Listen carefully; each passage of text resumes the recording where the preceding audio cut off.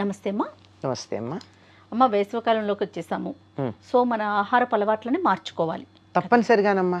ఎలాంటి ఆహారం తీసుకోవాలి? శరీరానికి చలువ చేసే ఆహారం తీసుకోవాలి. చాలామందికి చలవ చేయడం అంటే చల్లనివి చలవ చేస్తాయి అనేటటువంటి ఒక భ్రమలో ఉంటారు. అవును, ఐస్ క్రీములు, ఐస్ వాటరు అవి కాదమ్మా. శరీరానికి చలవ చేసే ఆహారాలు వేరుగానే ఉంటాయి. ఎక్కువగా చెమట పట్టి శరీరంలో ఉన్నటువంటి లవణాలన్నీ కోల్పోతాం గనక తప్పనిసరిగా ఉప్పు పులుపు ఎక్కువ ఉన్న పదార్థాలు తీసుకోవాల్సినటువంటి అవసరం ఉంటుంది. ప్రకృతి కూడా మనకు అటువంటివే ఇస్తుంది. మామిడికాయలు వస్తాయి, చక్కగా ఇంకా మామిడి పళ్ళు వస్తాయి, చింత చిగురు వస్తుంది. ఇవన్నీ కూడా శరీరంలో విటమిన్ సి పెంచేవి. విటమిన్ సి పెంచడంతో పాటు శరీరానికి చలువని కలిగించేవి. మామిడికాయ కూడా మంచిది ఆరోగ్యానికి. ఈ ఋతువులో దానికి సంబంధించి తినడం. ఇంకా చైత్రామలకం అని చెప్పి చైత్రమాసం వచ్చేటప్పటికల్లా బాగా పండిన పసుపు రంగులో పండి బంగారు రంగులో ఉండే ఉసిరికాయలు వస్తాయి.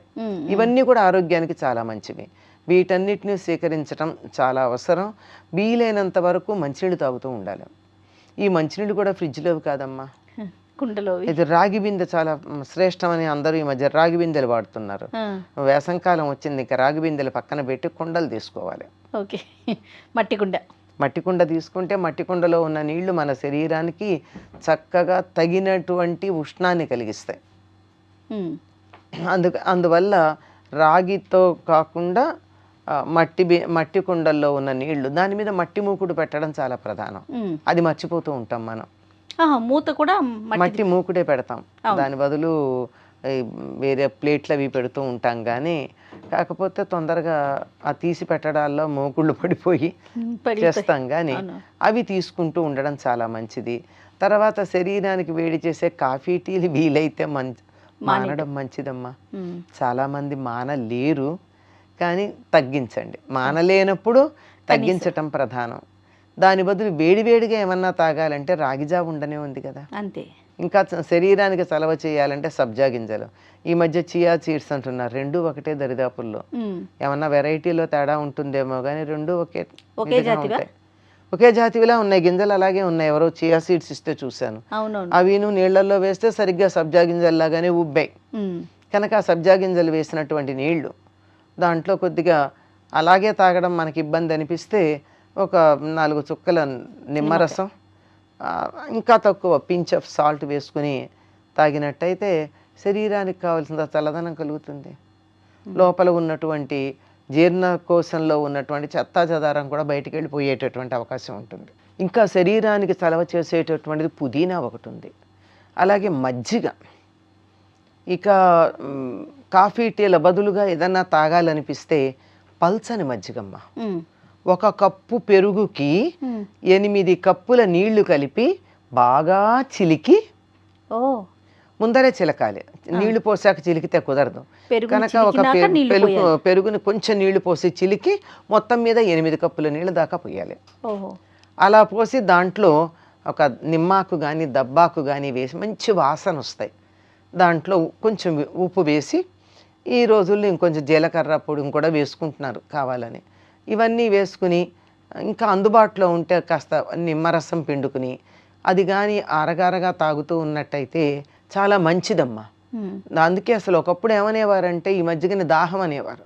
దాహం పుచ్చుకుంటారంటే మంచినీళ్ళు అనుకునేవాళ్ళం మనం, కాదు మజ్జిగనే అర్థం. ఇప్పుడు మన లస్సీలని చిక్కటి మజ్జిగ తాగుతాం. చిక్కటి మజ్జిగ తాగితే అది ఆహారం అవుతుంది, కానీ శరీరంలో చలవ కలిగించేటటువంటి దాహం తీర్చేది కాదు. వీలైతే ఈ మజ్జిగని కూడా ఫ్రిడ్జ్లో పెట్టకుండా కుండలో పెట్టుకుంటే మంచిది. చిన్న చిన్న కుండలు దొరుకుతాయి కదా, ముద్దుగా ఉంటాయి. ఆ కుండల్లో కనుక ఈ మజ్జిగ తయారు చేసి పెట్టుకుని అరగరగా ఎప్పుడు కావాలంటే అప్పుడు ఇవి తాగుతూ ఉండడం మంచిది. వీటన్నిటికన్నా కూడానమ్మా చిన్న పిల్లలకి బాగా ఉండాలి అంటే, పసిపిల్లలైతే చిట్టుడుకు నీళ్ళని ఇచ్చేవారు. అంటే అన్నం ఉడుకుతూ ఉండగా ఉడుకు చిట్టుడుకు అనమాట.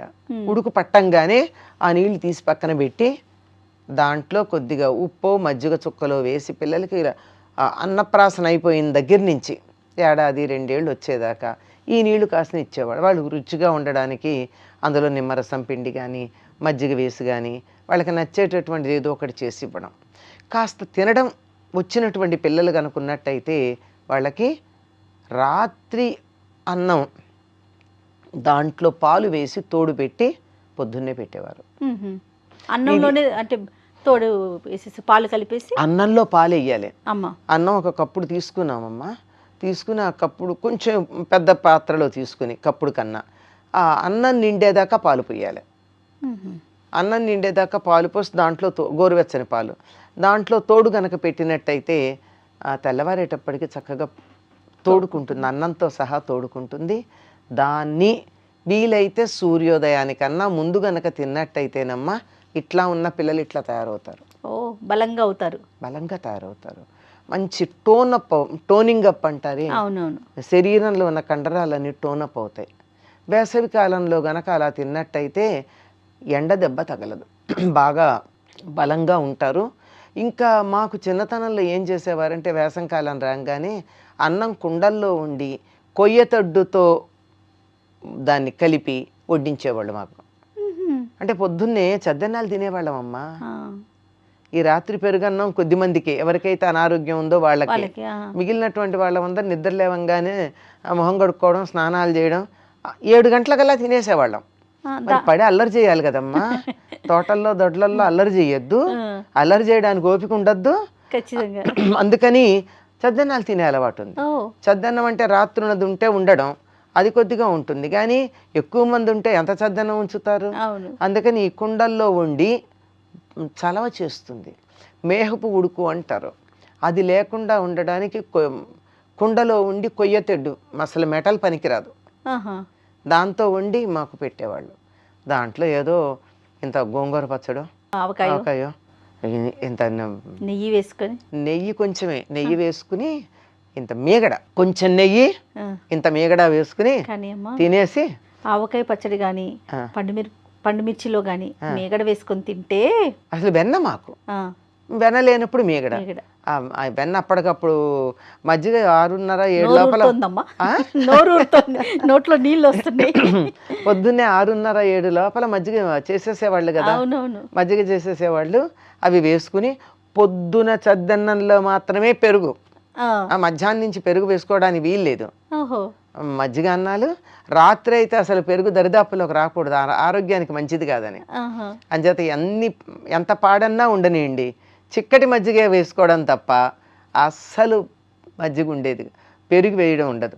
పొద్దున పిల్లలకి మాత్రమే వెన్నలు, పెరుగు ఇలాంటివన్నీ ఉండేవి. ఇవన్నీ వేసుకుని అల్లరి చేసేసేవాళ్ళు.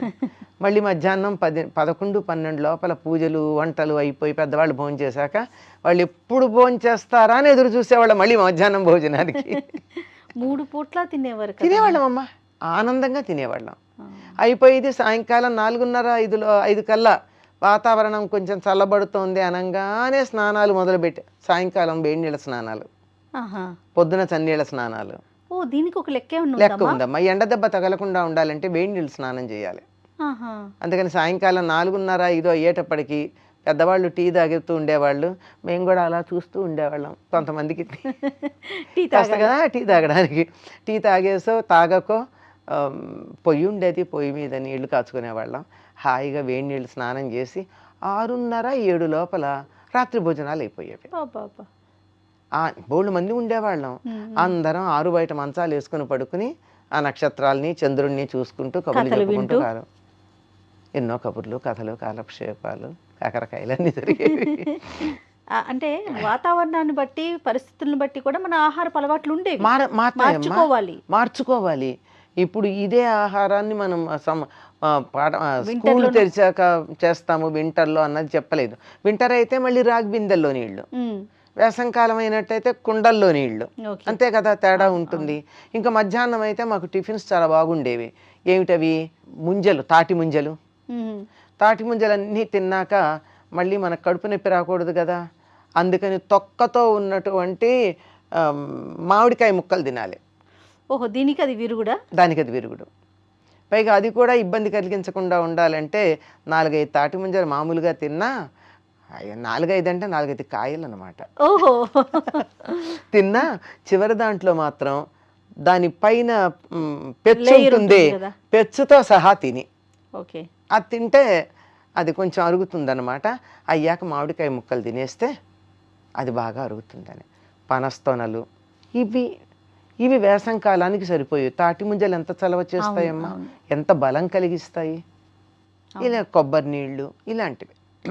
ఇది వేసంకాలానికి సరిపోయినటువంటి ఆహారం. ఇలాంటి ఆహారాలు మేము తినట్లేదు, పిల్లలకి పెట్టలేకపోతున్నామమ్మా. పల్లెటూళ్ళల్లో మన వాళ్ళు ఎవరన్నా ఉంటే వాళ్ళ దగ్గరికి పంపించేసేయడమే. అంతే అంతే. అక్కడైతే వీలవుతుందేమో. వీలవుతుంది. నేను మా పిల్లలందరికీ వేసంకాలం సెలవులు వస్తే నాకు వీలైనా కాకపోయినా పిల్లల్ని పంపించేసేదాన్ని. ఎందుకంటే వాళ్ళ పల్లెటూరు, ఆ వాతావరణం, ఆ సీమ చింతకాయలు, ఆ ఈత పళ్ళు, వాటి విలువ తెలియాలి కదా. అవును అవును. అవంటే ఏమిటో తెలియాలి కదా, ఎలా ఉంటాయో తెలియాలి కదా. ఏదో స్పెన్సర్స్లో కొనుక్కున్నవి కాదుగా మనకి. వాటి ఒరిజినల్గా ఎలా ఉంటాయో తెలియాలి గనక అక్కడికి వెళ్ళి వాళ్ళు బాగానే వాళ్ళ జీవితాలని ఆనందించటానికి మనం కనీసం సౌకర్యం కలిగించాలి, మనం ఇవ్వలేకపోయినా. అవును, ఇది చాలా ఆరోగ్యం అమ్మా. ఇవి మజ్జిగ ప్రధానం, పల్చటి మజ్జిగ. పల్చటి మజ్జిగ. సంతోషం అమ్మా. నమస్తే అమ్మా.